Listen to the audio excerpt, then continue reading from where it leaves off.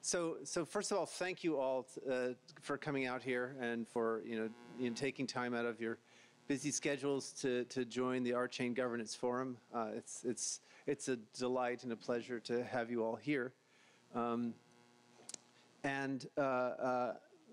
really want to basically just dive right into some opening remarks, and then I'll pass it off to Vlad, who will then pass it off to Makara.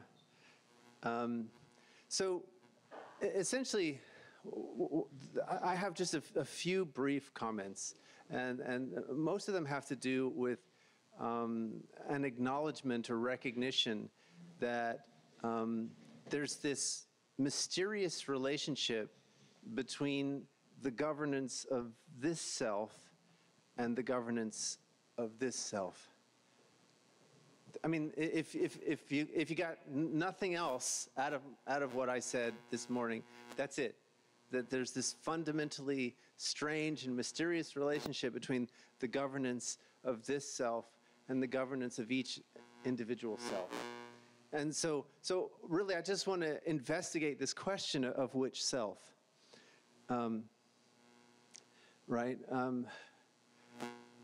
There's the naive self, the beginner self, and there's the blazing talented self that's breaking all world records.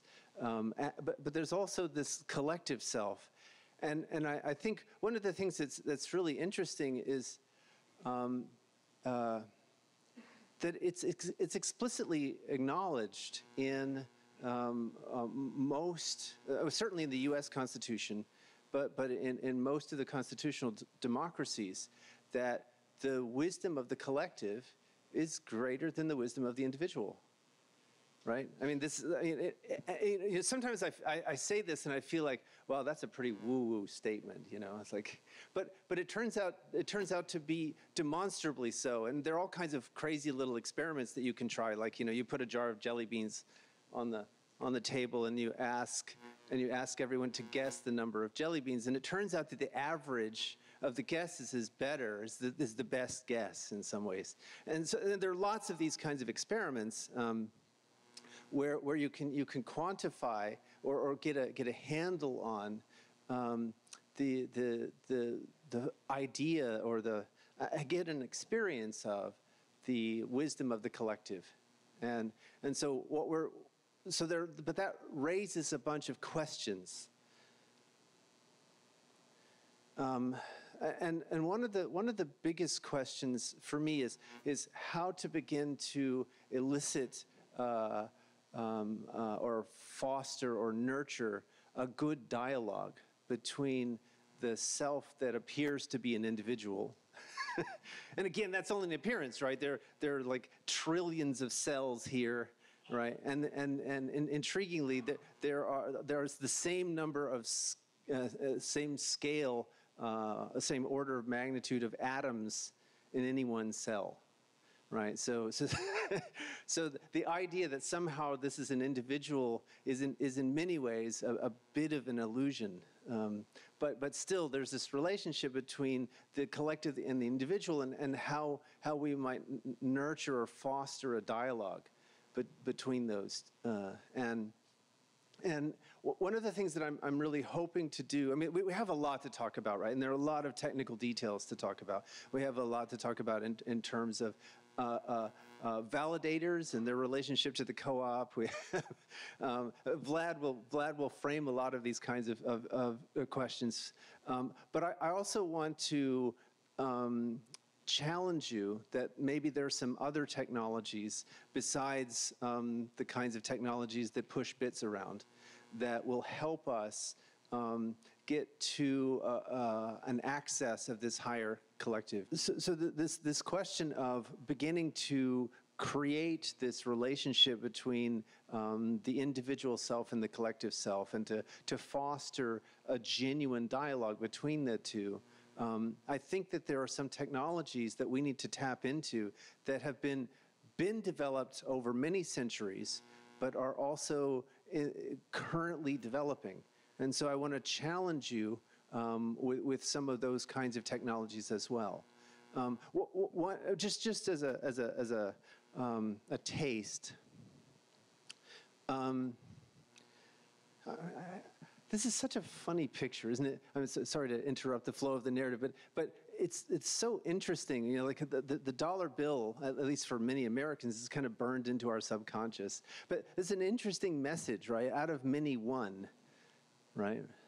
Out of many, one. E pluribus unum, right? And that message that's actually on our currency has a lot of currency to what we're talking about here at the Governance Forum, which is what's the technologies that allow us to build this one out of many, right? And obviously currency is one kind of organizing technology, and government is another kind of organizing technology. Sometimes social media can work in this way, and sometimes it can be remarkably polarizing and divisive. But there are these other technologies that I think that I hope to tap into. Mukara is going to be talking to us about cultivating group genius. And she brings a lot of her work it's rooted in a tradition that goes back centuries. Likewise, on Saturday, we'll be introducing you to circular and orchestral techniques for self-organization. Now, largely, these have been employed within the context of the Guitar Circle, which is a community that grew up since 1987 around the world. But they're just as applicable to lots of organizations and lots of kinds of activities as they are to music. And so I really want to encourage all of you, get in, get hands-on, try these things out. Tai Chi is another one of these technologies that allows us to tap into a flow that makes it possible to relate the flow here to the flow here. And to accelerate that.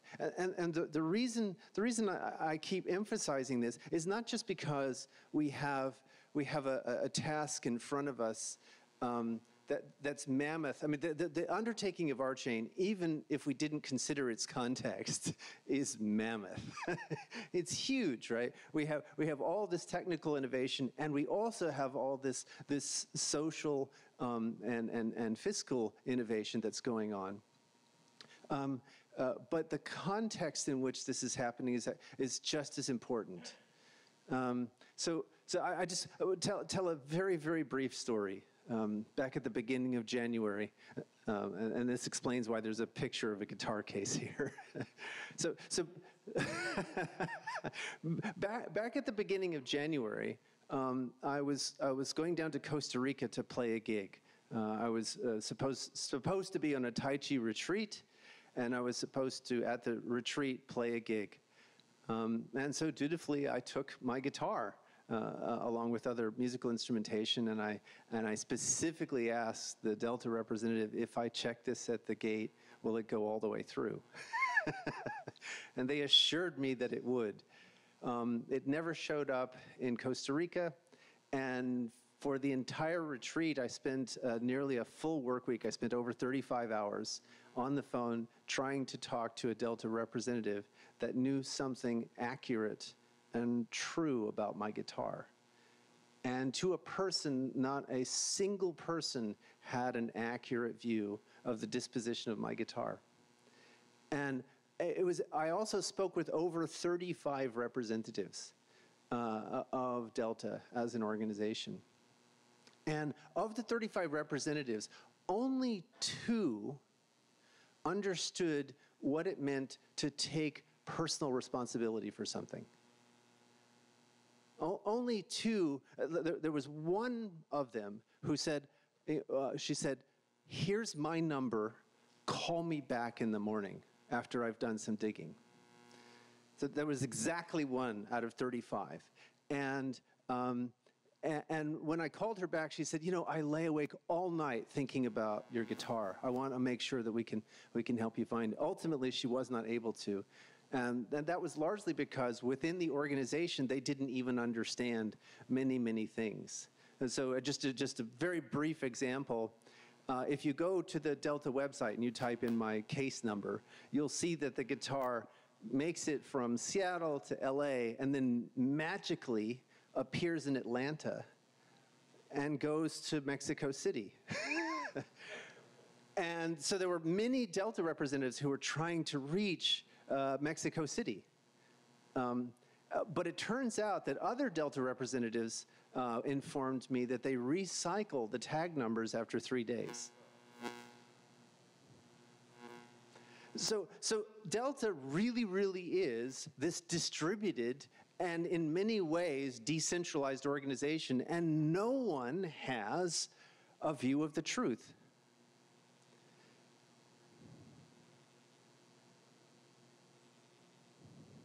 Now, that kind of organization is not going to get us where we need to go. And where we need to go is really stark. If you look at the climate change data, it is alarming. It's astonishing. When you have mainstream public figure scientists like Neil deGrasse Tyson saying on CNN, we don't have the technology to move our coastal cities inland by 20 miles in the next few years. We need to wake up, right? We need to wake up. And to move with that kind of speed, we cannot use the existing governance mechanisms and coordination mechanisms. It won't work. They're moving too slow.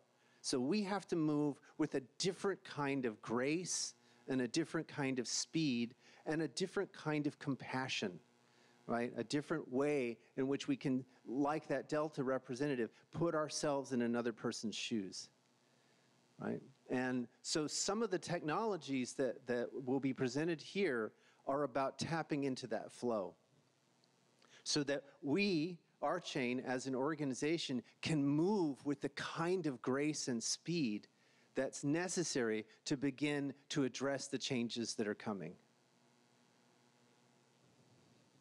So I just want to close with just a few questions and then hand it over to Vlad. I guess what I'm asking here at the Governance Forum, I'm asking all of you individually, and I'm asking RChain as a collective, is what kind of self is RChain?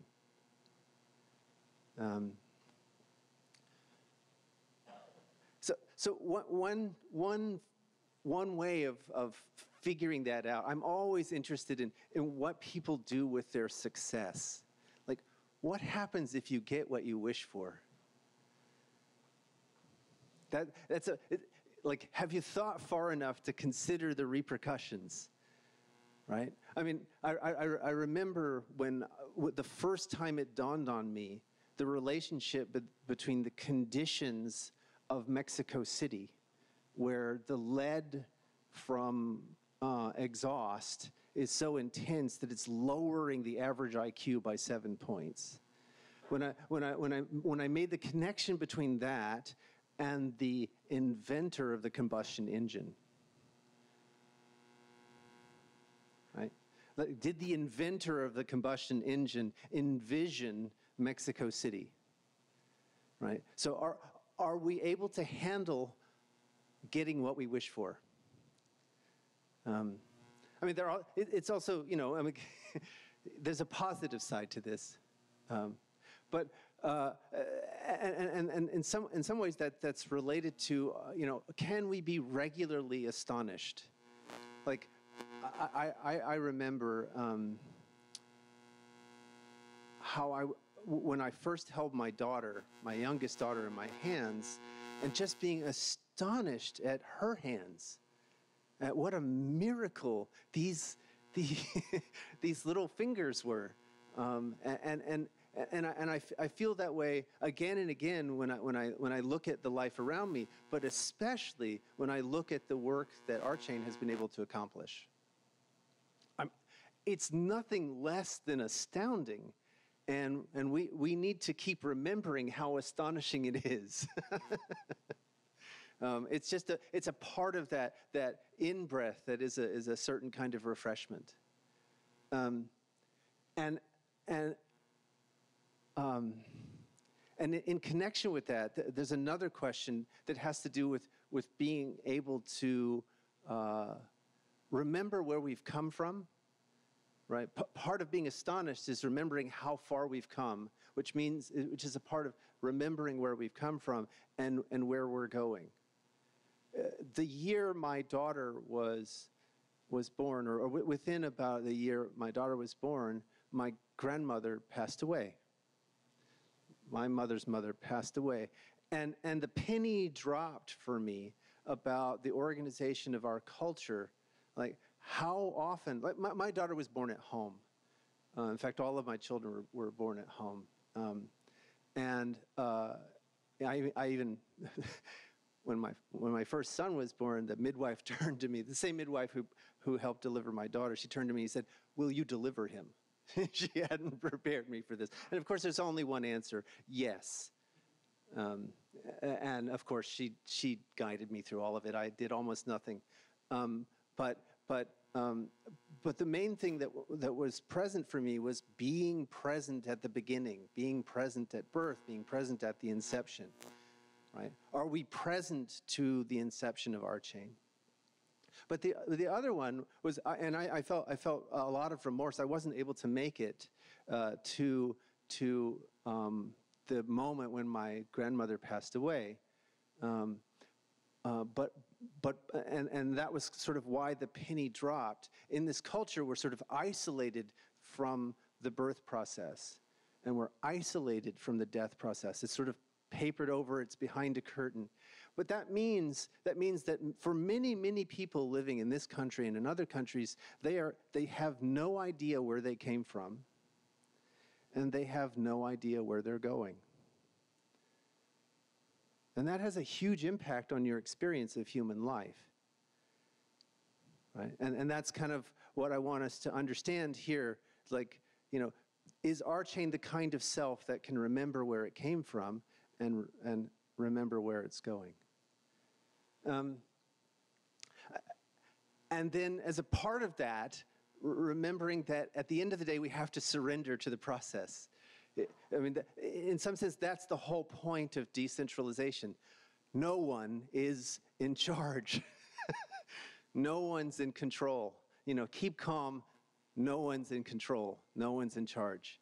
For me, this is the beginning of what it is to be able to actually play, to surrender to the impulse of being able to play. So is this an organization, that can play?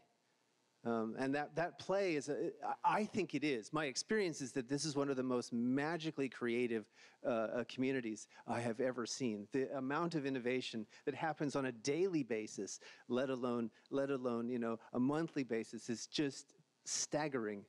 And I also have a confession to make, which was that I was a little bit too timid to write another four-letter word. And that other four-letter word was love. Is RChain, as an organization, the kind of self that can love? And it was kind of interesting because I was thinking about making this confession right before I came to this talk, and Makara asked me to have this mystery message, pull out one of these mystery, and I open it up and it says, love is an act of precision, or an act of precision. Thank you. Of course, I'm going to get it backwards. Precision is an act of love. And it felt so appropriate for someone who is a mathematician as well as a musician. That in some ways, part of what this is all about is being precise enough that we can love. So, with that, I'm going to turn this over to Vlad, and we can have this forum framed.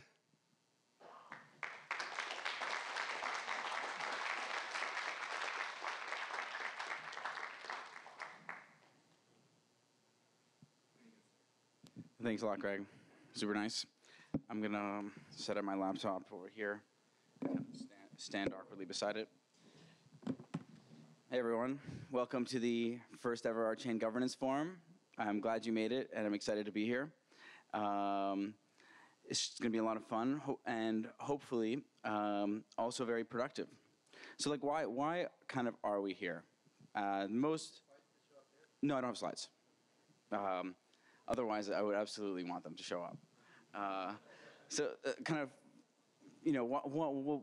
are we here, right? Well, so firstly, I would say we're here to like learn about each other, to get to know each other, and to be in the same space to kind of experience the RChain community and be immersed in what might be the RChain culture, whatever it is that ties us together.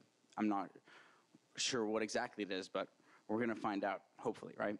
And we're going to also learn about the different resources that we share in common, right? The things that will affect all of us, things like the software repositories, things like what software runs on nodes, stuff like the RChain co-op and what it means to be a member and how the treasury is spent, all sorts of stuff that I'm sure you want to talk about, and more stuff than we'll be able to really get a total handle on. So we're going to look at these resources, and then we're going to try to understand our relationship to them.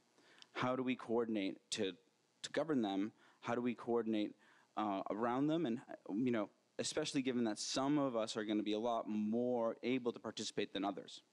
Some people are going to be affected, but not that able to influence the process, whereas like some people are going to be participating on a more day-to-day basis. And the relationship between different types of community members is going to, really affect the blockchain, the whole blockchain community of RChain. So somehow, I want to say that, like, okay, we have shared resources, and the way we govern them matters. It's going to affect, how we upgrade the software, how we go through the technical development. It's going to affect how we recover from failure, how we deal with crisis. It's going to, it kind of determines the relationship between the community and the blockchain, right? Because the blockchain is a shared, replicated state. Right? It's very much a shared resource. It's not something that you can really govern by yourself. It's something that has to be that is governed through this collective coordination process. And we need to decide collectively somehow what is our relationship with the blockchain. And the other thing is that we need to understand like the purpose of why we're here, and how that relates to the governance resources, right? Like, if we're all united by a common vision or a common purpose, then we should try to relate the governance of our resources to make sure that we kind of get our goals, right? So, but whether or not we talk about governance, whether or not we actually deal with and learn about these things in a public manner, governance will happen. Governance exists whether or not you pay attention to, and especially in crisis, governance will be formed when there is demand. So the more we learn about it, the more we think things ahead, the more we're going to have a governance process that we're happy with and that we kind of chose, as opposed to one that was imposed or which we kind of came across accidentally through ad hoc decisions that no one really was privy to. Then there's lots of case studies actually in the blockchain space about this type of thing, right? In Bitcoin, there's the big block debate about whether the block should be bigger or smaller. There was the DAO hard fork in Ethereum. There's right now in Ethereum, we're having this discussion about the Ethereum improvement proposal process and how it relates to the devs call and whether irregular state transitions should be allowed in the Ethereum improvement proposals. And it's a really kind of all these questions about whether the block size should be bigger, whether the DAO should be bailed out, whether there should be regular state transitions, are stuff that became huge issues because there was no common understanding and agreement about what to do with these things initially. We didn't have something that we agreed and we all knew that we would all use to coordinate around these decisions. And so it led to a kind of identity crisis in each of these cases. And in some cases, it's still ongoing. And this actually gives at least like the next kind of topic, which is the the concept of legitimacy, right? I kind of gave it a little bit. Like a governance process is said to be legitimate if people agree and like know that they all kind of consent to coordinate around it and to use it, as opposed to replace it or to abandon it. A legitimate governance system is one that everyone kind of has common knowledge that we consent to using. It's harder to coordinate to replace a legitimate governance process. It's much easier to respect a legitimate governance process, and because you expect other people will use it. So somehow, I think legitimacy is super important for governance of all of the resources that we have, because because legitimacy protects the governance process, right? It prevents it from being replaced. It prevents it from being abandoned, and that means that when things are when there's crisis, when there's external pressure, when there's adversaries, our governance processes can be defended, and our collective will can be preserved through basically our agreement to use processes to govern our shared resources. So, what we're going to do in this conference is we're going to break out into working groups devoted to different resources that affect members of the RChain community. And we're going to do our best to learn about, like, what are those resources, like, what are the decisions that can be made for them, who's affected by them, who's going to participate, what are they going to know, what are their incentives, like, and specifically we're going to try to look at what might be some best practices and what might be the basis of the legitimacy of the governance of all of these different resources. And so, I'm really excited about this because, like, the working groups, the stuff produced in the working groups could form a knowledge base that will help us think about how we coordinate around our resources in the future. And I think it's really important that we engage in a kind of public choice here, because many, many different stakeholders that don't even exist today are going to be affected by the way that we govern these resources and by the precedents we set. So it's really important that we try to see outside of ourselves and outside of our immediate incentives, to look at all of the stakeholders that might one day be affected by the decisions that we make and by the resources that we're governing. Because if we don't, then we're much more likely to end up in a situation where we have governance processes that have a crisis of legitimacy, that don't represent the stakeholders of the community, that people feel disenfranchised by.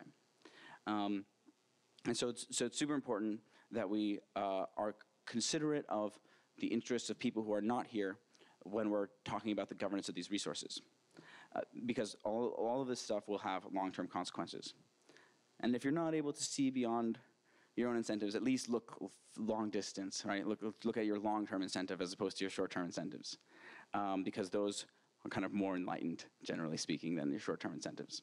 So basically, I think we're fundamentally kind of here to build shared understanding of what are our shared resources, who we are, what are we here for, what are our shared resources, how do we coordinate around governing them in a way that represents the interests of stakeholders into the future, and that is something that we can actually agree to continue to use. And something also that people who aren't participating in can believe that they will be represented, right? So it's the judge of the legitimacy of a governance process really should be the extent to which people who don't participate are happy to go along with the process. So with that, basically, I hope we kind of are ready to focus and build like knowledge bases that will serve us into the future, and also to not forget to have fun, even though what we're doing is super important. Thanks everyone.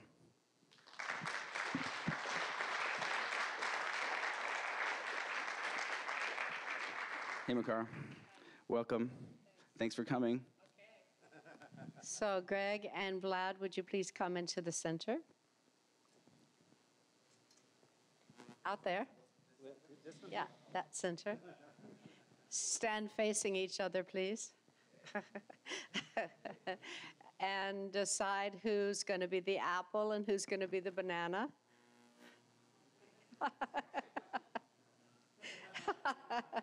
It's not a big decision, guys. Okay. Okay. So, Apple, would you please tell Greg what is the most significant thing that you've learned from him, either today or historically? Very short, very concise.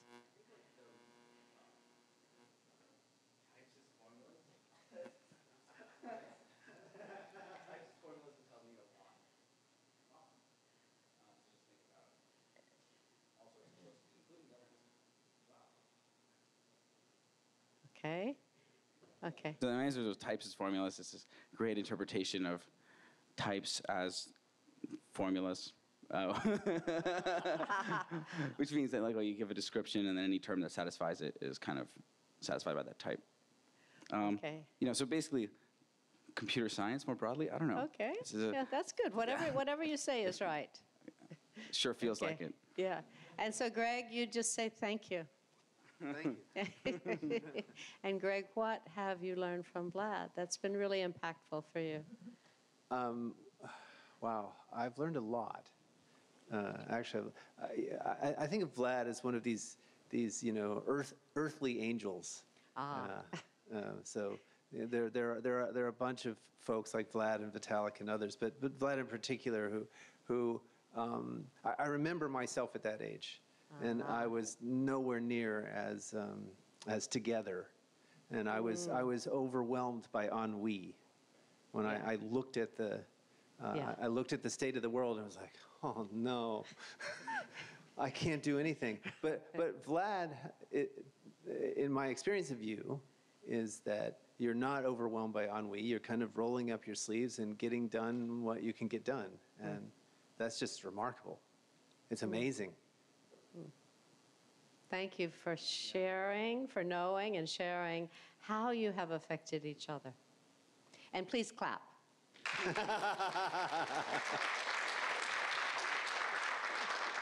Okay, All right. back to you to introduce me. Oh, okay. I think you've already introduced yourself here.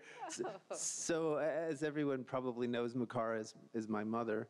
And largely what I experience her as doing is taking a lifelong or a very deep-seated Buddhist practice and taking the techniques that she's developed from there and clothing them in in ways to help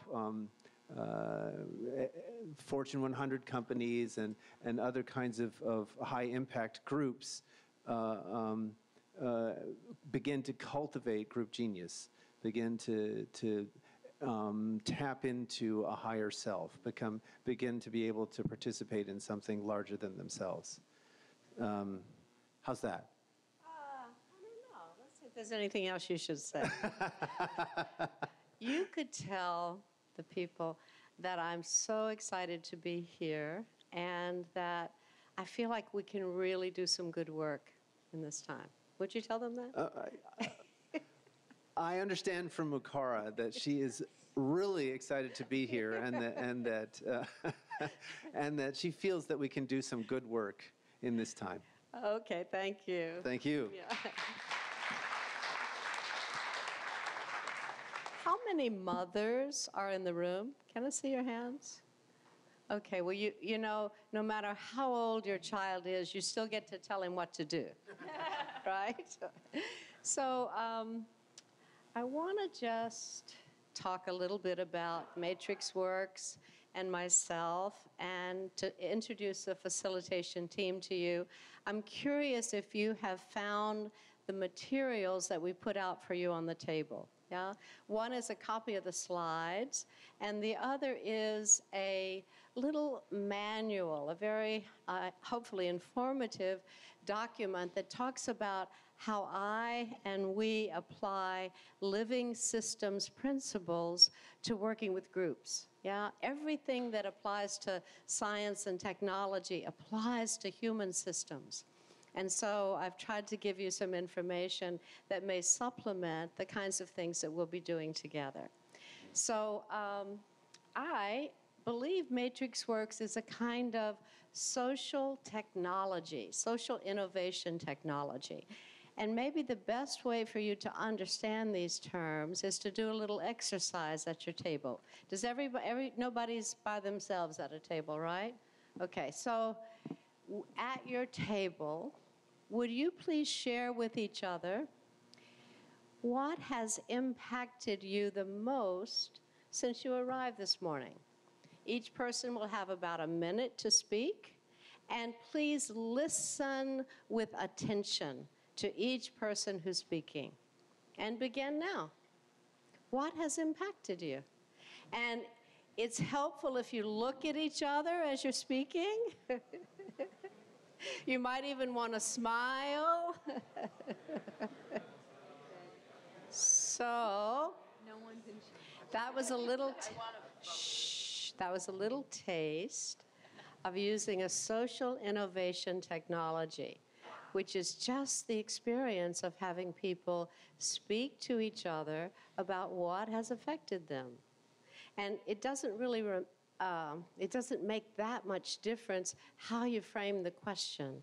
The experience of just being together, being and doing and relating are the key elements of what I'm calling the social innovation technology. Was it fun for you? Yeah? Yeah, and we'll have lots more of that. This slide is not in the packet that you received, but I think it's quite important to name, and that is that today is a special day. It's a new moon, and it's also a solar eclipse. So that means that the energies Greg was talking about, above us and below us, the energies in the environment are very strong. And tomorrow is the beginning of the Tibetan and the Chinese New Year. And how many of you are aware of this or follow this? Some people, yeah. And so, at least in the Tibetan tradition, the next 30 days, starting tomorrow, everything you do is multiplied 100,000 times. So we will be doing this work of governance and, determining who you want to be and how you want to be in very auspicious circumstances. So I think it's, how did we get the dates, Greg? Who made that decision? Okay. So I'd like you to know who is a part of our team, and I'm going to ask my colleagues to stand up. And the first person is Sarah Oswald, who is a teacher of this work. And we've been together how long? 9 years. 9 years, long-term relationship. And would you want to say anything about yourself? I just want to say hi. Okay. And it's an honor to be here with you at the inception of your community. It feels like a real privilege, and I'm excited to participate with you as well as contribute to your group. Thank you. And Alex, who's also a long-term relationship. How long have we been together? About 10 years. 10 years. Yeah. Mm-hmm. And what do you want the community to know from you? I'm really excited to be here. I don't know that much yet what blockchain is. Okay. But the few people that I've asked in my life that do know about what it is say that it's completely going to change the world. Yeah. And so I'm really excited to be with you and to learn from you. All right. Thank you, Alex. And Heidi Piper, who, by the way, flew in from Germany last night to be here with you. It's pretty impressive. I think I'm not alone. I heard somebody else talking about jet lag, so I wasn't the only one sleepless in Seattle last night. So I'm hugely passionate about innovation, and I've been an innovation leader for 30 years, and I'm amazed at what you guys are doing. I really do think you will change the world, and I'm super excited to be here and to get to learn more about it and to do anything I can to help. And how long have we known each other? I think 15 years. All maybe. right. Yeah. Long-term relationships are essential. Okay. So our intentions are really, just as Greg said, and I didn't see his slides before, but how to have who you are be aligned with what you do. at all possible levels, yeah, so that your relationships, the way you accomplish tasks, and the culture that you build are all really related to each other and to your values and to your purpose. I believe that living systems are the pattern of relationship that's going to survive in the 21st century and beyond. And we are at a bifurcation point. We really are. How many people here wonder if we're going to survive? Yeah, at least half of us. And feel somewhat helpless about what to do. Yeah, yeah. And I think this forum and this initiative is something that can help us direct energy in a positive way, and why it's meaningful to be here. I believe that our capacity to be human together can be supported by certain, I don't know, certain shifts in consciousness. And I would like to take you on a little journey in this direction if you're willing. So will you authorize me to guide you? Yes, let me see. Hands? Okay, so I need you to sit up in your chair. Have your feet on the floor. If you're comfortable allowing your eyes to close, please do that. If that doesn't feel comfortable for you, then just rest your eyes gently on the space in front of you. Invite the breath to come into your body. It's a very simple but effective practice called 3 breaths. Imagine you can breathe into the top of your head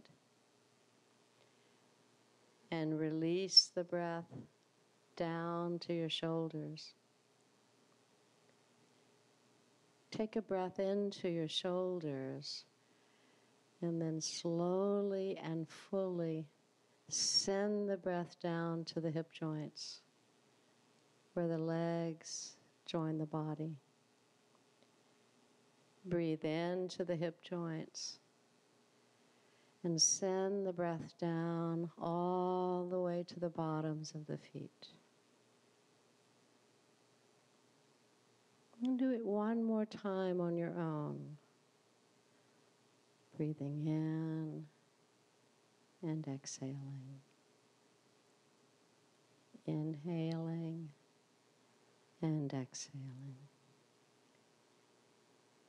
Inhaling and exhaling.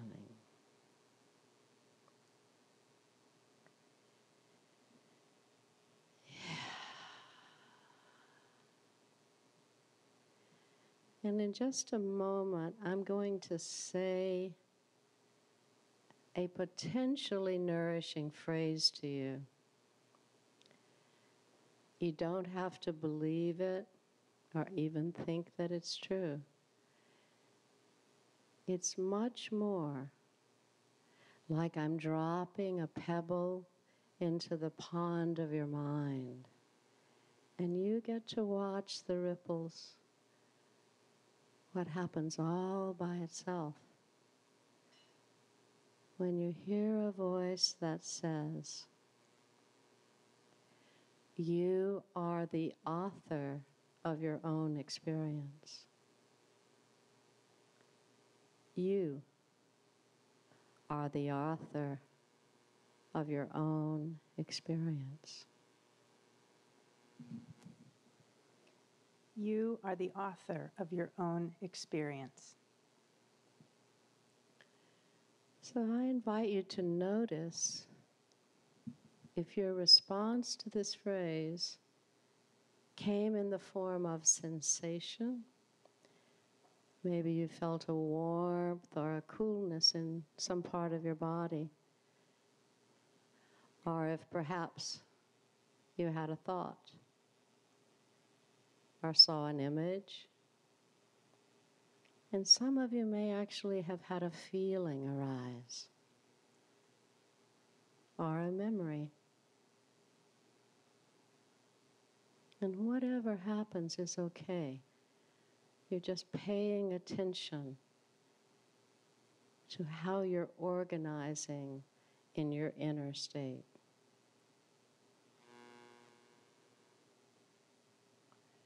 And take another minute with your inner experience.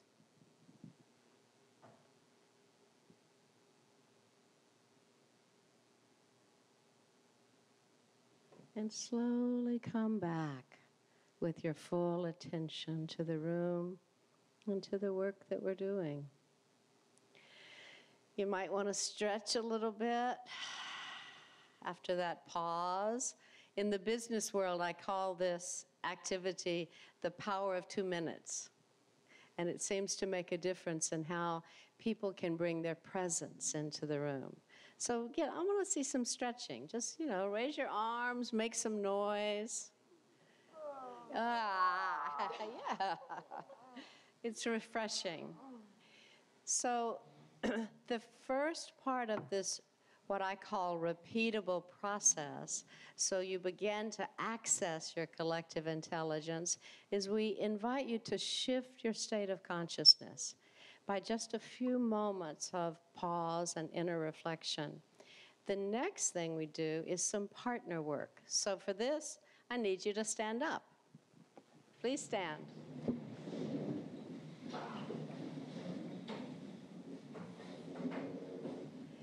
I'd like you to walk around. It's good to move. Find someone you don't know well.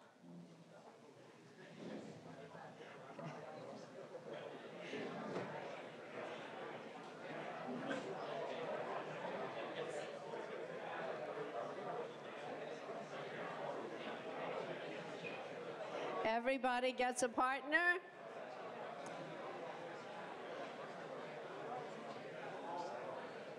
Okay, shh.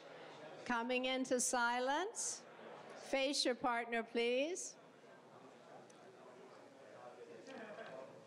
Share with your partner, share with your partner an obstacle you had to overcome to be here today. Something you had, maybe it was you had to get gas in your car, but something you had to do in order to actually be here today. And just, 30 seconds. So in just a moment, I'll ask you to get another partner, but before you do that, please look at your partner and share with them something that was nourishing about this conversation to you. I thought you were funny, or, I really liked your enthusiasm, but something that's a little piece of feedback for them. So do that and then thank them and walk away. Okay. So mill around a little bit. You're going to have one more partner. Again, find someone you don't know. Walk around, get a new partner. Yeah. Face your partner. Someone you don't know. Shh. Coming into silence with a new partner. Everybody has? Yeah? So with this partner, please share a gift that you bring to RChain. Okay, stay with your partner. Gonna add some complexity.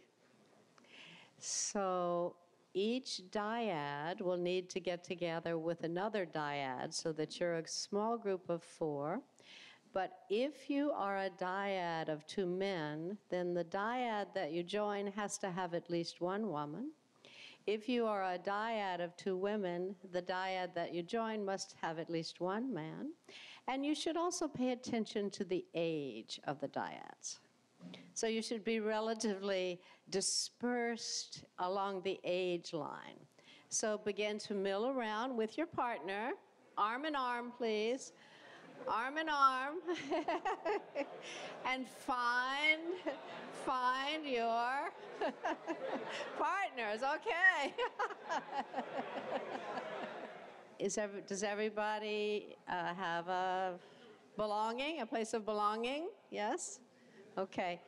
So again, adding some complexity, please share within your foursome, what was your mystery message?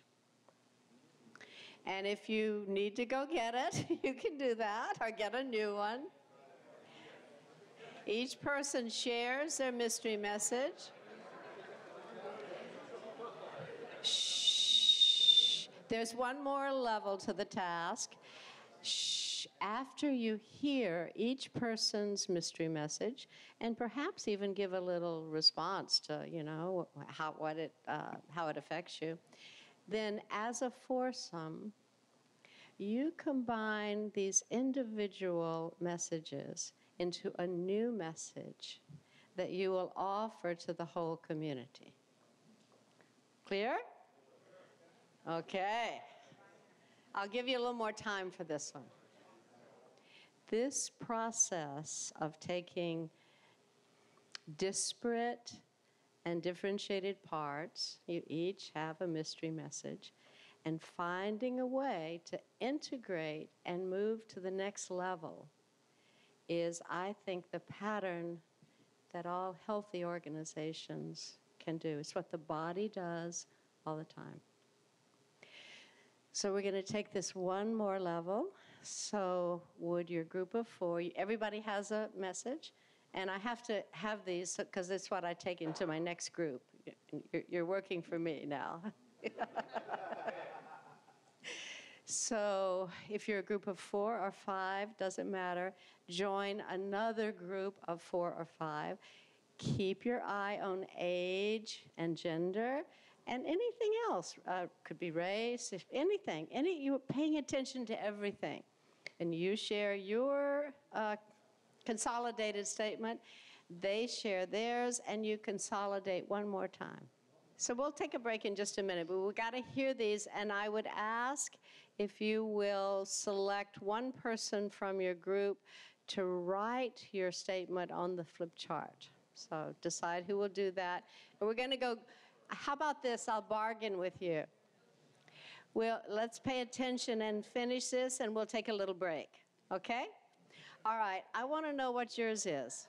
You want to be the person? No, my handwriting's terrible. Mine's worse. Oh, should I read it out? Read it and then go write it. Okay. Microphone? Okay, everybody. Apologies if I pause here. My handwriting is terrible. Be brave enough to let others watch you transform into your best self, for it is precisely when we speak our truth and act on our dreams that we can let joy be the gift that we bring to the world. Wow. Yay.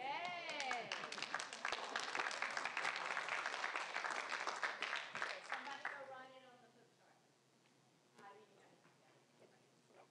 Thank you. Please remember who's in this group because it's going to do something else later. Who's next? This one.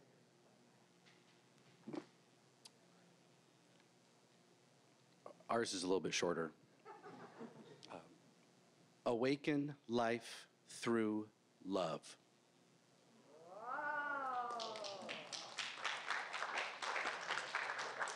Okay. Who's next? Over here.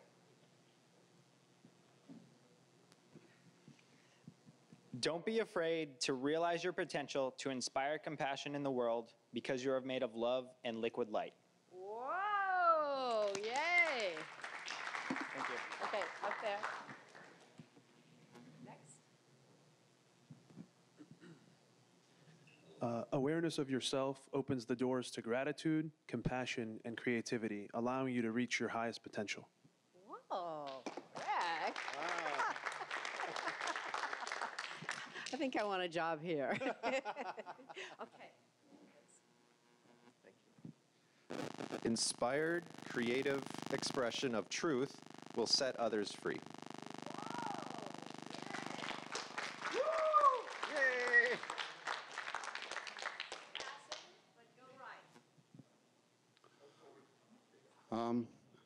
Ours is still a little bit fluid, I think. We something like allow yourself to follow your heart, whose true nature is compassion. Wow, nice. Close. That was kind of, yeah, close. Through maintaining our humanity, we can find joy in the winds of change to create our breathtaking dreams.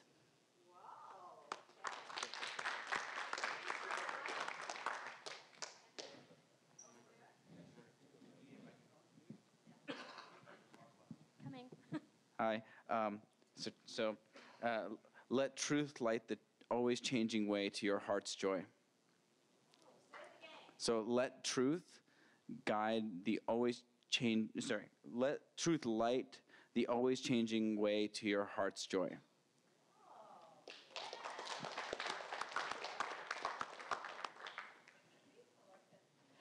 I'm curious if you feel a little bit more connected to the people here.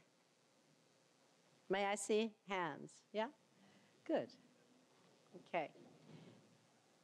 Oops.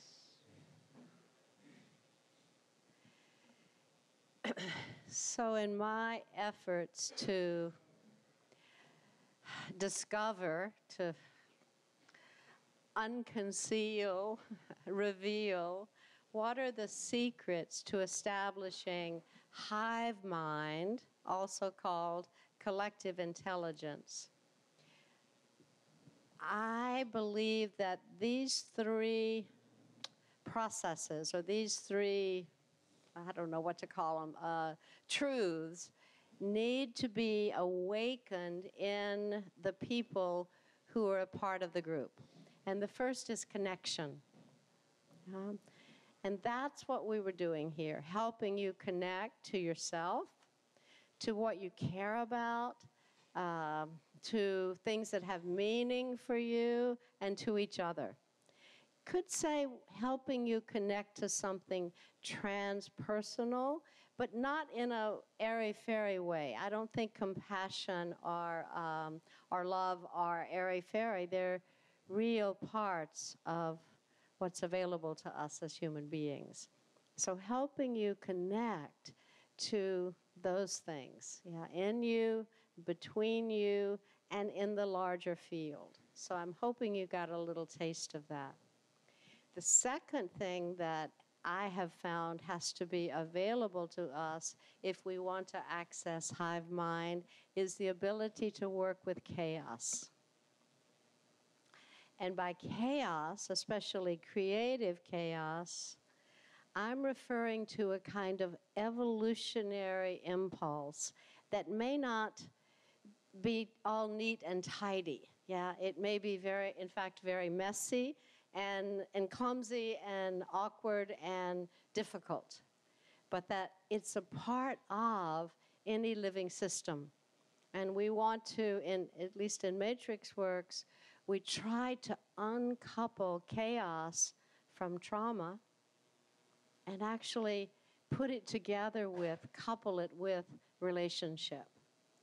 So at your table right now, will you talk about what kinds of chaos exist in RChain right now? Oh, wow. Boy, did the energy change, huh? Okay. So we're gonna time limit this. Please be nice to each other. Make a written list of what you think are the areas of chaos. Okay? Shh, just 1 second. If you get through in a positive way the spiral of connection and the spiral of chaos, I believe we come to a new level of consciousness that we're all so hungry for. So that's where we're going. But we gotta open the door to chaos. Please begin. This is the last thing we'll do before lunch. And it's just the beginning of shining the light of awareness on what are potential evolutionary leaps that can be made in this community. And I had some very interesting conversations going around to different people, and feel like I got so much information. And I'm imagining that a lot of information arose at your table. So I'm going to pass the mic to each person and ask you to say what arose in your table that you think is most important. Yeah? You don't have to tell us everything, but like the real juice. Yeah? And I may pause from time to time and see how what's being said is landing in the outer circle. But right now, we're only talking to ourselves, and we're the fish in the fishbowl, and they can't talk to us. But they will feed the fish. They will give us feedback after we've heard from all of us. Okay, will you start? Say your name. My name is Kenny. Good to see you all. At our table, we were discussing some of the chaos that we feel or see or think about on a day-to-day basis in the community. And one of the things we kind of landed on was there are just so many ways in which we communicate these days, either through emails or Discord or GitHub or the YouTube channels, and it just can feel overwhelming and like there's no central point of like what's going on. But then we brought it back to that connection level where we know who to talk to, hopefully, when we have questions, like who can I talk to in whatever medium that happens to be. And then what came of that, as we've been discussing this collective being that we all are trying to create, taking time to be aware of what's going on. So an example from that would be what's happening right now. If you relate that to a kind of a biological system, this might be like a brain or some other part of the body that is then communicating information out. And I want to also point out that the people here in this room, we have a very high bandwidth kind of connection and communication with each other, and that the eyes of the larger self, it's right there. That's what it is. And the information that is streaming through that is going to be going out to thousands and thousands of people and live for years and years. And just think about what that kind of means and be conscious about what it is that you're thinking and feeling, because the words and the things and the thoughts that we have here today are going to live on in a collective understanding. And I think that's really powerful and really interesting. And hopefully what's happening now is that we're creating the relationships and the love and the trust that will help us create a better world, a better future. Thanks. Yeah.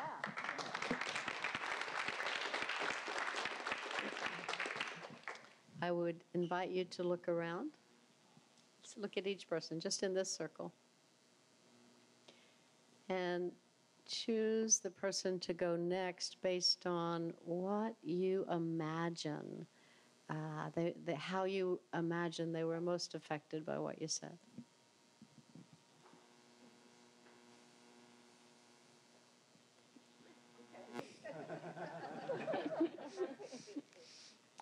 Little decisions and big impact. My name is Adrienne. I just realized as he passed the mic to me, that's what I saw on my page, was little decisions have high impact. And that was a little decision right there. So at our table, it was quite interesting because it kept coming down to the chaos that we were experiencing and witnessing was around communication. And, it's both the channels themselves, it's the people, it's the, all of these different things that us humans experience and go through with communication, for better or worse, And so one of the things was around noise, and that there's so much noise that actually people started talking about, well, okay, so if we have open channels of communication, then sometimes people start just saying everything, and they're not necessarily being kind or nice, and that starts putting the people off who are there to do the work, and who really care about the purpose. And so they start checking out, and they're like, well, I just don't look at everything anymore. And what occurred to me when I heard that statement was that that's like exactly the kind of challenge that we face, that if we start tuning out and checking out from these modes of communication, then this organism dies, right? Or it gets taken over by the cancerous, the nodes or the communication that is not healthy. So that's obviously not the way to go, but that needs to have some really strong intention to move it out of there. And bystander effect was another thing that was identified as a major issue. So bystander effect is basically someone seeing something going on, everyone knows it needs to happen, and no one steps forward to do it, right? And that's a common thing in humans that we do. So how do you start addressing this? Our table, of course, like many humans, we jumped to solutions and we started looking at it. I will name a few of the things that came up. One of them was around, what was it called? CSI? ICS, Incident Command System. And it was talking about groups of 5, and each one of those groups, they have specific roles, and then they have subgroups within those things. So that was something that was put forward that is very effective, and it can be with large groups or smaller groups. There's also holacracy, which is around, basically how can an organism survive, and that the players in each of those circles are roles, right? So they're playing a function. And I think that there's something magical about having the function at the center that helps it, maybe just a little bit of depersonalization in a way that might be helpful. Yeah, so it was a great conversation. Thank you.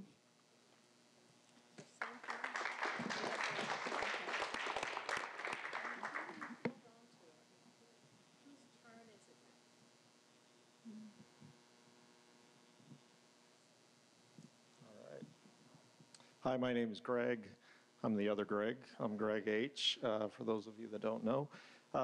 Great conversation at our table, and I think a lot of the resounding words that I'm hearing from everybody is communication. Huge believer in communication, and I think if there's anything I could improve, and I don't have all the answers, and nor did our table, on communication with this community, and how we do that, and how we process that, and how we sort of push that through. We talked a lot about making sure that we were all on the same mission as well. And surprisingly, I think at our table, most of us probably had a different view of what that mission is. So I think that comes back to communication again. We've got to communicate better to be able to tell everybody what we believe our mission is, or we're never going to get there. And then there was some talk also about sort of the top-down decision-making and how we don't want that, but some people do want that. You're used to that, but you're here because you don't want that. So what does it, so, I mean, it's an interesting sort of web that we weave, and I'll just end it with one thing, and it is so timely from what I was reading on this morning, and I had forgotten it, and I read a lot on Steve Jobs and Apple, and one of my heroes from way back from watching him, and he always said about focus, and this is the one thing that I always say in an office as well, and some of you that have worked with me know it, that's the one F word you should use around the office more than anything else, in my opinion, and it is, he always said it's not about focusing on one idea, it's being able to pass on 100 great ideas. And that to me, if you think about that really resonates with me, so that's what we talked about.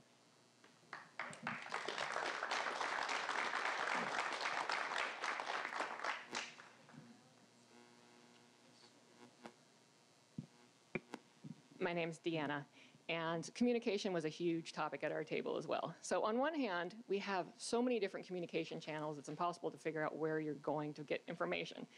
But on the other hand, we also have a huge lack of communication between holdings and between the activist groups. And so that was pretty much a big focus of what we were talking about. Another issue was in the onboarding process and actually how to find information about the projects. And so new members or new employees that are coming on, it's like, how do I get the information that I need in order to be effective at moving this forward? Another big issue that we discussed was the issue of authority. So for each of the members and the people contributing to this project, how does that person gain the authority to be able to make decisions and be respected for those decisions? And then the last thing, we had a couple people at our table that have been new members of RChain. And one of the things that we were discussing is really the approachability of this project. From an outside perspective, it's really hard to figure out what all these different entities do, how they interact. Where do you go for information on that? Again, with the so many channels. And one of the analogies I was using is that, for me particularly, I see RChain as the Shangri-La of blockchains, right? So it's kind of hard to get to. How do you get there? But once you're there, you're like super excited. It's like, ah! So I think we can get there. Obviously, as a decentralized group, it's going to be a lot harder to get there, hence the Shangri-La part. But I think we can get there.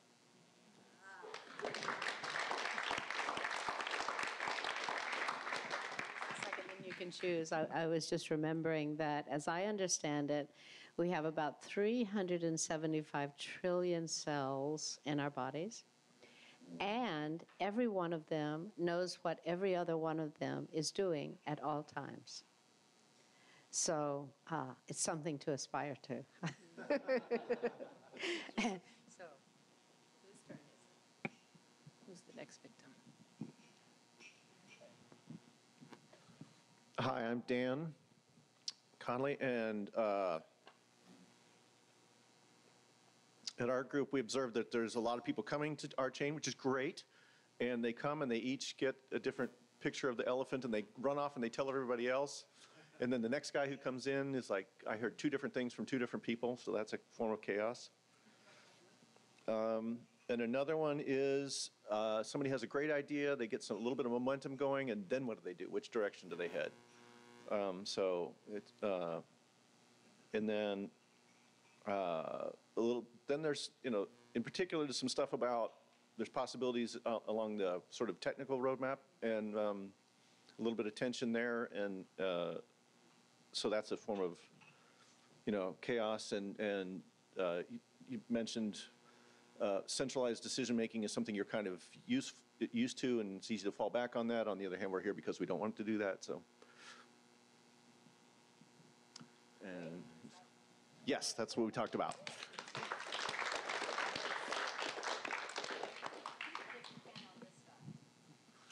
Certainly. Hi, I'm Mish.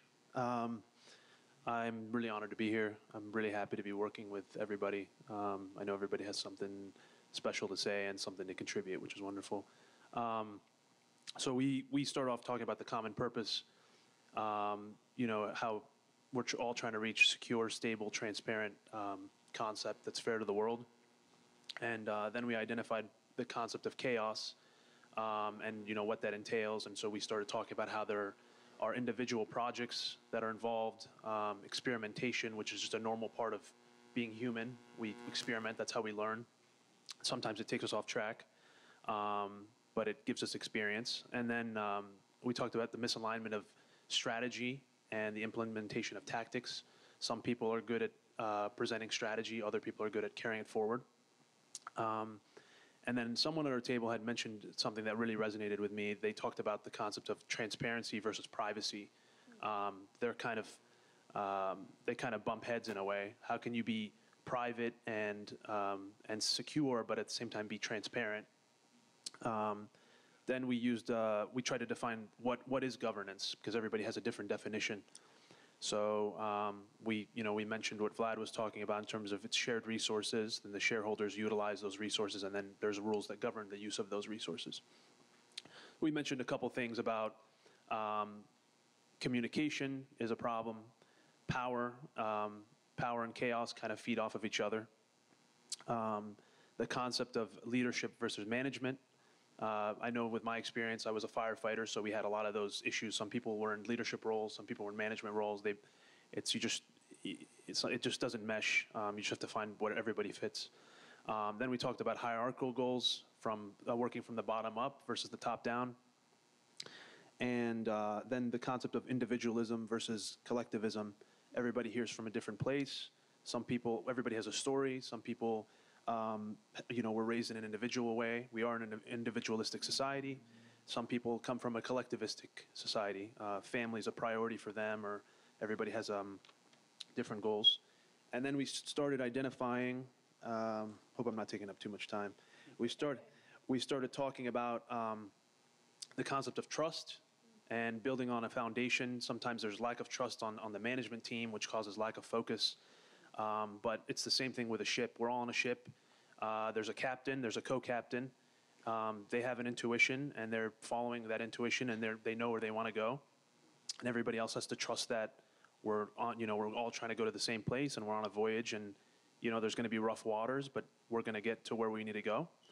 And then we ended on the balance of power and alignment. So we were saying maybe it's good to start to identify who the shareholders were, what their priorities were, and then we kind of did a little imagination. We worked our imagination a little bit to try and think of even the founders of the Constitution. How did they think? Where did they start? What was it about? And we said it was about the people. So that was very, very insightful. And then while I was sitting here, I was thinking of the concept of leadership versus management. They say leaders do the right thing and managers do things right. So I drew a little, it's hard to see, I wish I had a bigger board, but I drew a little picture here, and you can see on the leadership side, you have the leaders at the front, and he's pulling everybody, and which is pulling the business, pulling the new technology, and then you have the management where he's telling everybody what to do, but he's kind of weighing it down a bit. Yeah. So there's sacrifice, and that goes with any new project, and you just have to kind of find a place in between that's comfortable. So thank you.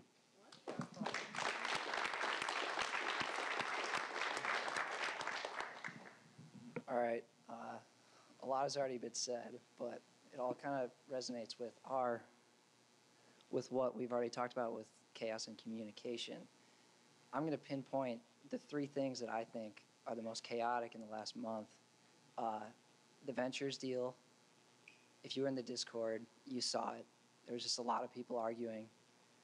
And in my opinion, it was just circular conversations. People just wanted to talk and not listen. And yeah, I'm sorry. Is that how you do it? All right. It's my first time with a mic. Cut me some slack. But with the ventures deal, there was a lot of communication issues. And the first time the ventures deal was acknowledged, a lot of people talked about it and complained. And those people were vocal. And then a week went by, everyone kind of got quiet. And I think there has to be a stronger follow-up. If we're really concerned about these issues, you got to continue to follow up and say, hey, what's going on with the ventures deal? Not a month later say, wait, that already happened? Why wasn't I informed? We got to be more active and vocal and say, hey, we want this to happen with tranches. We don't want 100 million rocks to be thrown at these people. So in the end, I think we did it correctly, but we should have followed up. The members should have been more active and followed up on these channels and say, hey, what's happening? And so that's one part. Another chaotic thing recently was the logo, which we discussed at our table how there's some gridlock and time is money. And we had a designer spend a lot of time on a new logo. Ultimately, to just get turned down. So we have to do a better job of communicating the direction before someone spends a lot of time developing a new logo that ultimately might not be used. So that's a communication perspective on the overall long-term goal of RChain. And without that communication, we can't give solid answers to new onboarded members. I personally find myself saying, I think, and to my knowledge, this is what RChain is going to do. And he mentioned the elephant thing, how someone tells someone about RChain, and everyone has a different answer. We have to find these concrete answers to onboard new members with so they know what's going on. And right now, it's a lot of, from my side, I say, I think this will happen. I think too much. And people want that concrete answer. And right now, with the communication issues, we don't have the concrete answer. So that's Jason. On Discord, I'm YSGJ. I talk a lot, I think.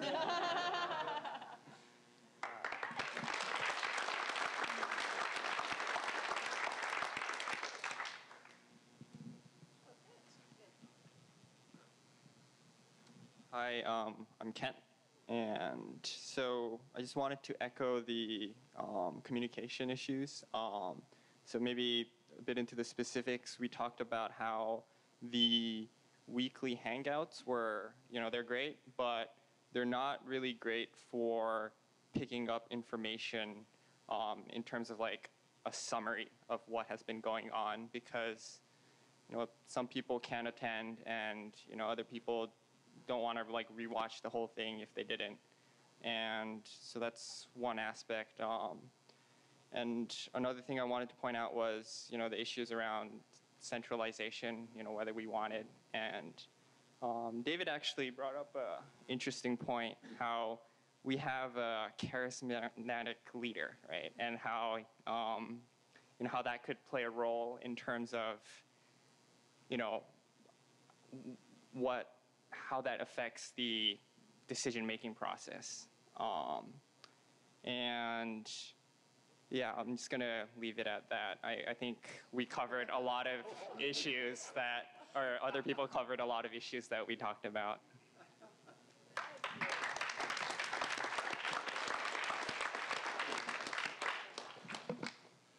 So my perspective is a little bit, I'm Kyle Butt.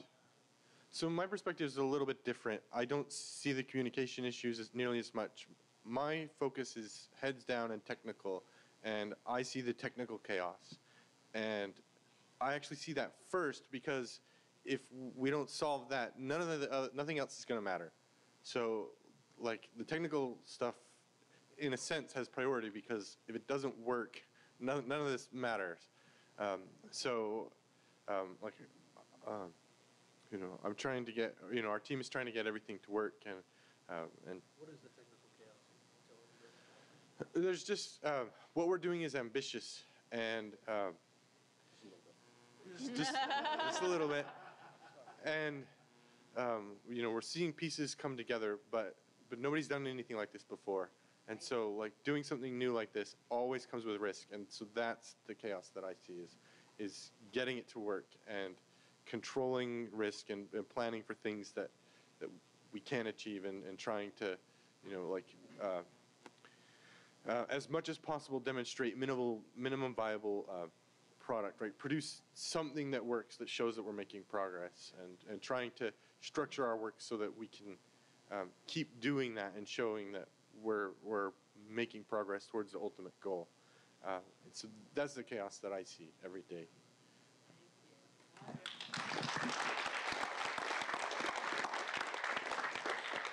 I'm so glad that you spoke, because what I was distilling from some conversations that I took part in while you were at your tables was really illuminating for me. And it has to do with, I think, what is really core to the actual chaos that is underneath the surface chaos. And if I understood correctly, that there is perhaps a difference in worldviews or mindsets, or something big like that, between the developers and the people who are nose to the grindstone with the technology, and the people who are looking for an organization that would reflect this new technology. So it's almost like organizational health and a new way of doing companies and a new way of having governance, a democracy that works. And then what is the relationship between the technology, the developers, and I'll just call it this new paradigm of organizations? Can they come together? Can these two approaches be made into a convergent whole, or are they whole in themselves and we don't try to make them come into alignment? Right? Where's my friend? Yes? Sort of? Okay. Yeah. So anyway, just to, just to add that to the importance of you doing this kind of self-inquiry that helps you get to the bottom of what is the evolutionary chaos that is helping you become who you want to become. Yeah? Does that make sense? Yeah, I was very inspired. So it's almost at lunchtime, but we've got to have a few pieces of food from the outer circle. So if 2 or 3 people could say what we are, yeah. She will. She'll be first. Okay. What we will, how you're affected. So Heidi, would you contribute something? And then we'll hear from the outer circle. Yeah, I think it's really fascinating because I'm brand new to all of this, and I have 30 years of experience in innovation, and so many things that you're talking about are so common in the innovation process. Yes. And I think that having the framework that is shared there about connection, chaos, and consciousness, I think it's really fine and appropriate, and you're right where you need to be, I think, right now with all of this chaos. It's very natural and perfect, I think, for the time, as a setup for the time that you're going to spend together, because now you've all raised what are the key points, I think, that you might want to pay attention to, and I think the solutions will start to emerge very readily because you're very open. I think it's really fantastic. Good. Yay. So, anybody from the outside, just give us a piece of food. Okay, so something in addition to what we talked about is the concept of trust. Yeah. And trust with relationship to work. Yeah. When we meet out here, it's easy to trust because you meet and greet face to face. But out there, when you do work, the question is, what value do we assign to this work? And I hear of ROI and I hear of KPI. But in the real sense of it, sometimes some work cannot be done one-to-one mapping to KPI, but in the long run, it will generate value. So that concept of value is still a blur area. And that is, in my opinion, trust is what would allow us to place value on something that doesn't generate our ideal KPI that we've articulated. So that's something we should think about. Thank you. Yay.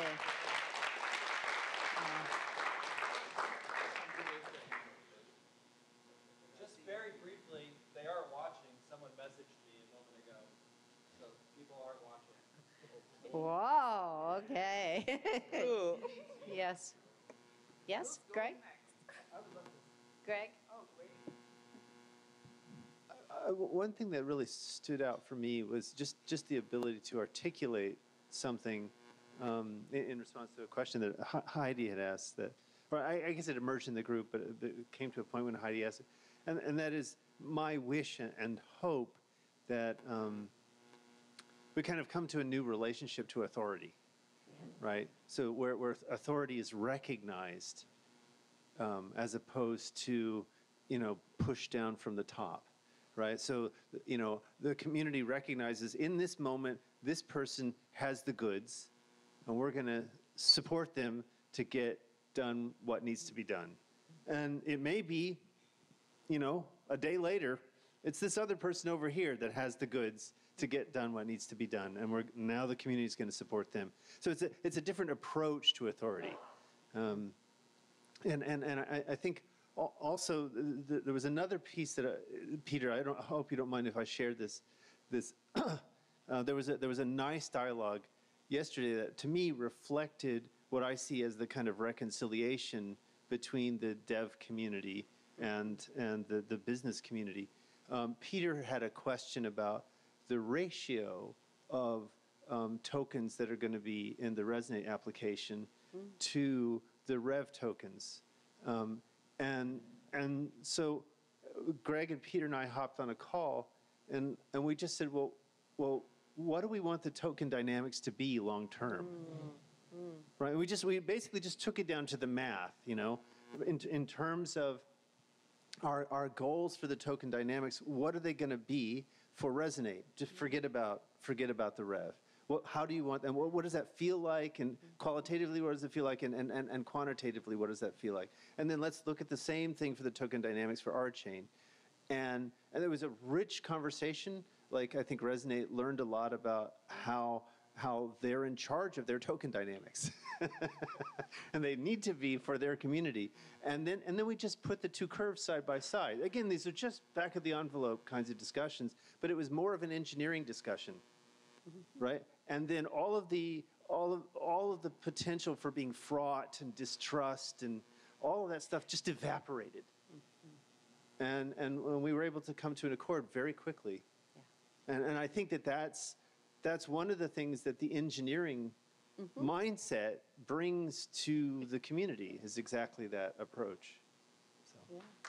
Okay, yeah, Vlad, you'll be the last one. One thing that really struck me is like how we were unable to answer the most basic questions about how things are going to be governed and what our kind of shared future is. And I think that's like a source of or evidence of a lot of chaos. And I think as a result, everyone's kind of free to bring their own ideas about what the best solutions are, and we have this opportunity to bounce all the different things we have available and see what sticks. And I think that the fact that no one knows means that we have a lot of space to have these conversations rather than to have to assume that someone previously decided and try to find out about previous decisions. Wow. So I think there's a lot of chaos because there's a lot of uncertainty about how we're going to coordinate. Yeah, beautiful, wonderful. So it's been a full morning. We need to break now for lunch, and I don't know what happens this afternoon, so we need to orient people. Who knows?